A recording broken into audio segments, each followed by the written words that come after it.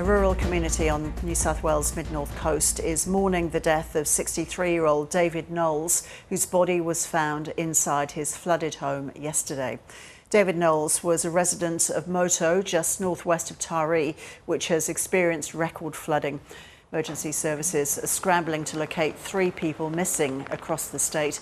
The SES has responded to over 1,000 incidents, including 500 flood rescues in the last 2 days, with Polair and the ADF assisting crews.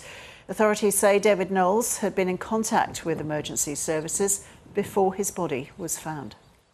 A neighbour noticed the person on the veranda, and in response to that, police got an emergency call, and the SES had been in contact with that male, and police were obviously it turned up as soon as his body was discovered. The scale of the New South Wales flood emergency is significant across New South Wales. 140 flood warnings are in place, including 34 emergency warnings, as authorities brace for further warnings ahead. Rising floodwater and falling vegetation have left more than 5,000 buildings without power.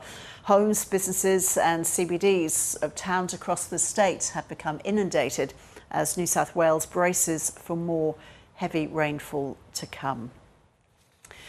And some sad news just in. A body has been discovered in floodwaters near Wauchope. It's believed to be that of a man in his 30s who went missing last night after reports of a man becoming stuck in floodwater while driving.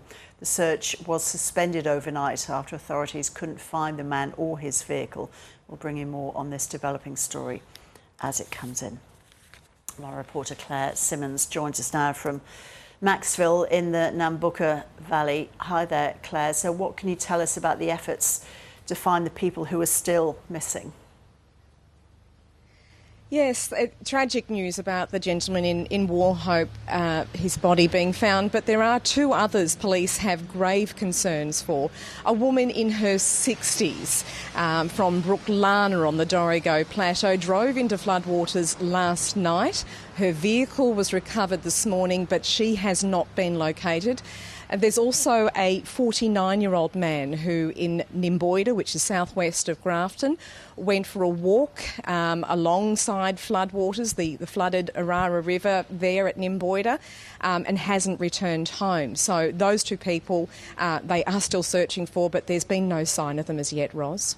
Okay, so how are evacuation efforts in Maxville going? Yes, well, we saw about 22 people being evacuated from Kings Point, which is just across the Nambucca River from Maxville. That's a very low-lying area, and the fire and rescue crews from Brunswick Heads and the local surf lifesavers Rubber Ducky were used to ferry people across the water.